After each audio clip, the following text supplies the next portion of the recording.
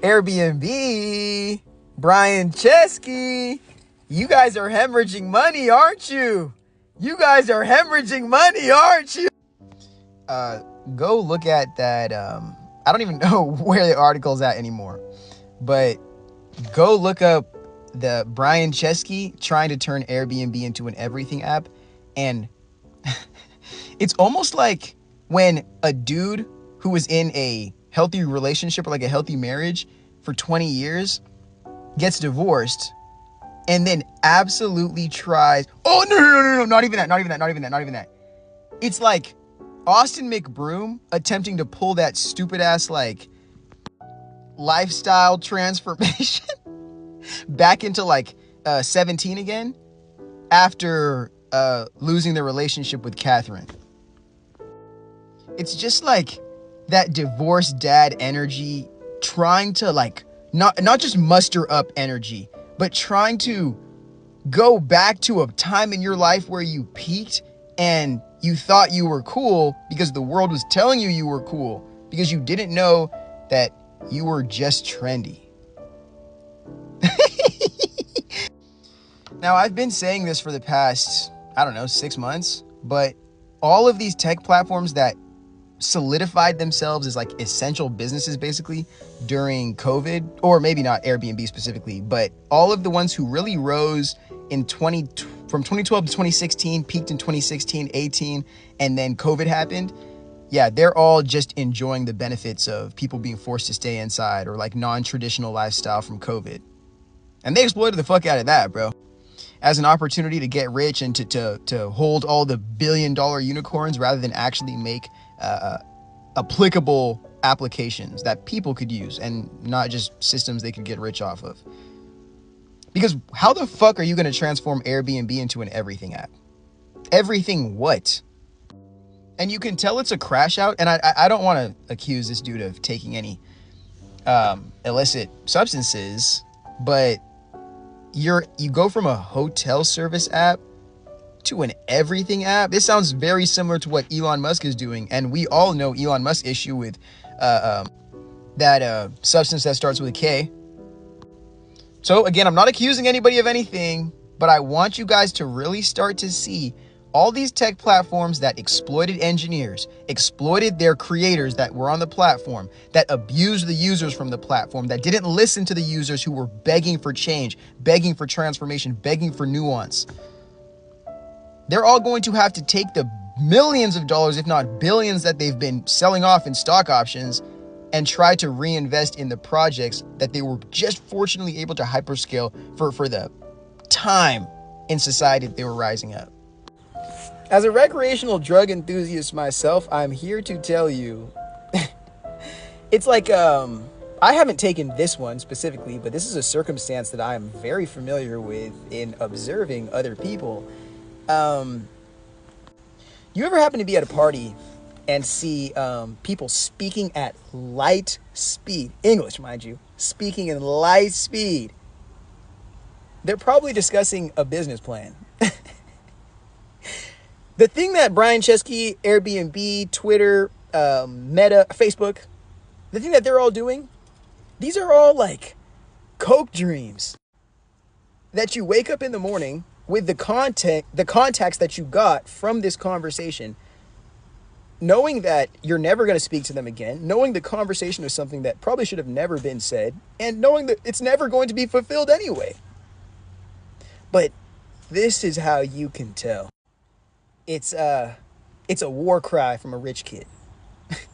It's like that girl who's basically, I don't know if she's a millionaire or something, but she seems to be pretty well off. I mean, spending tens of thousands of dollars to go places. It's like the girl who's asking for like 20 racks for her dog's surgery. Like we're all sitting here thinking, weren't you just going to South by Southwest and Forbes this and World Economic Forum talking about we're a unicorn company, $1 billion out of Silicon Valley, Y Combinator this, Y Combinator, we hate black people. I mean, okay, maybe not the last part. But this is when we get to see all those companies that became either $1 billion companies or just started stealing money from society We're going to see whether those were just funnels to make investors wealthy, or there was actually any kind of intention of reinvesting in the companies to be legacy brands. And we can see that there was no intention of the latter, because think about how, for a simple case study, Meta and TikTok now treat their creators. These companies make billions, tens of, if not hundreds of billions of dollars in exchange through free content that gets uploaded every single day onto their platforms. And even the people that do make them lots of money are only getting paid fractions of what we create organically for them. There was never any intention. Instagram has never had an intention of creating a creator fund. I'm pretty sure they might have it now. I don't know if they do, but this is the time where you get to see how much of these startup cults actually had good ideas, or they're just trying to monopolize an industry, destroy all the competition so they don't have to compete and actually be better, and then end up throwing away the entire industry. I lost so much respect for all these. I mean, I never really had it, to be honest, but I lost so much respect for these like tech CEOs, especially when I listened to them at South by Southwest. And I'm not gonna lie, my disappointment in these people has been one of the most motivating factors in getting me to build my own platforms and to really be a part of this entrepreneurial space, if you even want to call it that. Because, and I hate to even describe it this way, but it's the only way that makes sense in my brain. It's like the guys, and this sounds horrible too, so I apologize for this. The guys who don't actively get their knob slobbed on, they have to find these very like intricate ways to get their knob slobbed on. And for many of these guys, the only way they can do it is by being the multi-million-dollar CEO of a billion-dollar company, and everybody has to respect you because you are on the other side of giving them credibility, validation, opportunity, whatnot, things that like you never had access to before you being successful. So think about how easy it is for these guys to get lost in the sauce, thinking that they are literal like architects of the universe. Like, no, you're just an engineer. You're just a developer who ended up working for a successful project. You aren't God. You aren't Moses. You aren't fucking any of these guys. You are racist. You are an incel. And if you're not an incel, you're paying for it. And you have absolutely no social skills other than the people who look and behave or live exactly like you.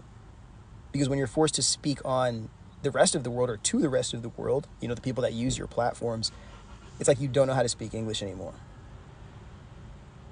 I'm so ready for these guys to like finally, for at least the world to finally see like, oh yeah, these, just because the internet allows companies to scale into millions and billions so quickly, so efficiently, it doesn't mean that the company's gonna last, bro. This is an analogy I like to use, or at least a visual I like to use. So, it's hilarious, I got Forbes right there. I got a video talking shit on all of them. So basically, we live in a world where it's like a bunch of pages of a book, and the internet was just able to like fold over 100 pages into 10. Artificial intelligence is about to fold those 100 pages that turned into 10 into a paragraph. Like, not just fold the pages, but fold the pages and condense the content.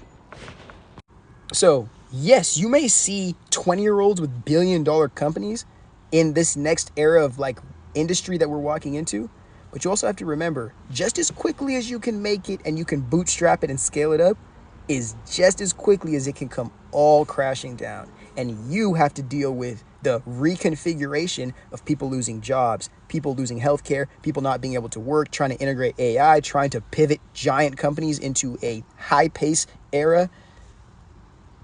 We're going to see who's a fucking boss now, bro.